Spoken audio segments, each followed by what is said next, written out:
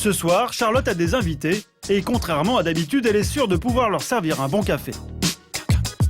En fait, j'en avais marre du café soluble, des machines à café, c'était trop long, trop compliqué. Je trouvais ça pas bon du tout. Du coup, elle s'est offert la machine à expresso de ses rêves. Résultat, faire un bon café est devenu un vrai jeu d'enfant. Charlotte n'a qu'à glisser une capsule et appuyer sur le bouton marche. Un plaisir simple pour tous les jours et une aubaine pour ses futurs dîners. Le côté pratique, c'est que lorsque j'ai 15 personnes à table, ça prend 2 secondes par café et il y en a pour tous les goûts. Comme Charlotte, plus de 30% des foyers français sont aujourd'hui équipés d'une machine à expresso. À capsule ou à dosette souple, colorée ou design, elles se vendent comme des petits pains. Il faut dire qu'elles présentent pas mal d'avantages. Alors, c'est plus facile à utiliser. J'ai pas de café, j'ai pas de marc à jeter, j'ai juste une dosette. Ensuite, vous mettez à la poubelle, tout simplement. Une simplicité qui se paye entre 100 et 300 € selon les marques et les fonctions proposées. Au choix, buse à cappuccino ou encore écran tactile. Mais derrière ces centaines de modèles se cache un autre marché encore plus juteux, celui des capsules et des dosettes. C'est sur elles et non sur les machines que les industriels réalisent le gros de leur chiffre d'affaires. En grande consommatrice de café, Charlotte s'en est vite rendue compte. Donc on a 4 couleurs différentes dans la maison. Celle-ci, le marron, c'est pour moi le matin. Et mon mari, plutôt la violette. Et pour le soir, j'opte pour du décaféiné. Et mon mari, ce sera plutôt pour un café un peu plus corsé. J'en ai pour à peu près 15 €. Ça me dure une semaine. 15 € de capsules par semaine. Si on fait le calcul, ça revient à 800 € par an. Un vrai budget. Et Charlotte n'a pas le choix. Ces capsules sont les seules compatibles avec sa machine. Une véritable aliénation du consommateur que Denis Fagès, vendeur de café sur Internet, dénonce depuis des années. Une fois que vous avez acheté la machine, vous n'avez pas le choix. Vous êtes obligé d'acheter des capsules de cette marque. Point. Personnellement, je trouve que c'est un peu dommage, parce que du café, il y a beaucoup de goûts différents, il y a plein de sortes de café, il y a plein de petits torréfacteurs, etc. Pour échapper au monopole des grandes marques de café tout en gardant le côté pratique de la dosette, Denis a des solutions. La première, utiliser un percolateur traditionnel vendu à partir de 100 € et des dosettes souples standards, dites ESE. Le principe, c'est que c'est le standard de dosette qui s'appelle ESE. Ça veut dire Easy Serving Espresso. Donc ça veut dire comment faciliter la réalisation d'un espresso. Et l'intérêt, c'est que ces dosettes, justement, remplacent le café moulu dans les percolateurs. C'est simple, pratique comme les capsules, mais avec la liberté de pouvoir changer de café et de choisir le café qui vous plaît en l'achetant où vous le souhaitez. Ces dosettes s'achètent au supermarché ou chez des torréfacteurs. Autre avantage, le prix de l'expresso est à 22 centimes d'euros contre 30 centimes avec les capsules. La deuxième solution de Denis, le robot café grain. Là, plus besoin de capsules ni dosettes, on met le café en grain directement dans la machine. Automatiquement, la machine va moudre le café et faire un espresso avec tous les arômes parce que la mouture est juste avant. Et ça, c'est extrêmement important parce que c'est juste après la mouture que les arômes se dégagent. Seul bémol, le prix de la machine, 350 € minimum. C'est un peu cher, mais vite amorti par les économies réalisées sur le café.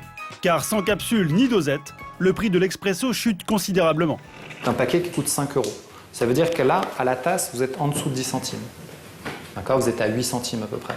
C'est pour ça que, effectivement, ça vaut peut-être le coup, si on consomme beaucoup de café, d'acheter une machine automatique et après d'acheter du très bon café en grains. Ça sera de toute façon, au final, moins cher que les capsules et on aura la liberté de choisir le café qu'on aime et de l'acheter où on veut. Pour ceux qui ont déjà leur machine à capsules, il existe quand même des astuces pour payer moins cher. Sur Internet, on nous explique comment réutiliser ces capsules usagées ou encore comment commander des capsules en plastique à remplir soi-même avec du café moulu. Mais dans le monde de la capsule, la vraie révolution, la voici. En apparence, une capsule de café classique, mais en réalité, c'est une véritable bombe commerciale. Après des années de monopole, voici la première et unique concurrente de l'original. Elle est vendue depuis quelques semaines en grande distribution, 25% moins chère. Mais comment expliquer une telle différence de prix ? Jean-Paul Gaillard, l'inventeur de la nouvelle capsule, nous éclaire. Très peu de frais généraux, pas d'argent mis dans des bureaux, des usines et des choses comme ça, uniquement dans de la machinerie et du café.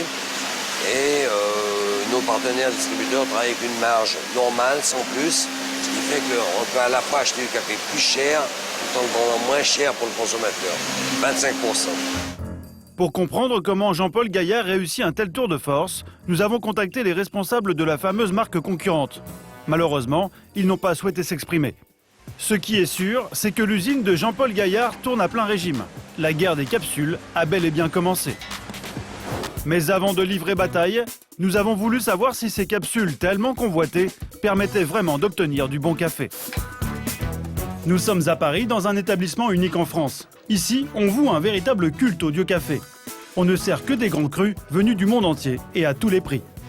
Nos prix vont de 6 € le paquet de 250 grammes jusqu'à 50 € les 250 grammes, un café biodynamique du Brésil.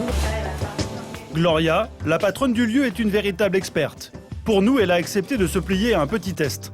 Thomas, le barista de la maison, va lui préparer 3 cafés. Le premier, réalisé avec une capsule. Pour le reconnaître, nous marquons la tasse d'un symbole carré. Le deuxième est fait avec une dosette. Il sera marqué d'une croix. Enfin, le troisième, un vrai café à base de café moulu, servi dans une tasse reconnaissable grâce à un petit rond. Et voilà, et je vais les amener à Gloria pour qu'elle les teste. Place au test, et là, Gloria ne rigole pas. Elle inspecte scrupuleusement les 3 tasses et va jusqu'à prendre des notes. Premier expresso, celui marqué d'une croix, autrement dit préparé grâce à une dosette souple. Pour Gloria, même pas besoin de goûter pour se faire un avis. Là, nous avons une crème qui est beaucoup trop mince. On voit le liquide déjà. Deuxième expresso, la tasse au symbole carré, préparée avec une capsule. Cette fois-ci, c'est la consistance qui pose problème à Gloria. Là, il y a un défaut parce que le café scotche à la langue. Dernier test, l'expresso au rond, préparé avec du café moulu de qualité moyenne. Beaucoup de caractère, la douceur est présente. Bon café. Gloria a observé et goûté les 3 cafés. Voici son palmarès. Je noterai 8, 6, 5. Récapitulons. 8 sur 10 pour le café moulu, 6 sur 10 pour l'expresso dosette et seulement 5 sur 10 pour les fameuses capsules. Comme quoi on a beau inventer des systèmes toujours plus pratiques et ingénieux, pour notre spécialiste, rien ne vaut le bon vieux café moulu. Un avis qui n'empêchera pas les mordus de capsules et dosettes de continuer à se régaler en se simplifiant la vie grâce à leur machine.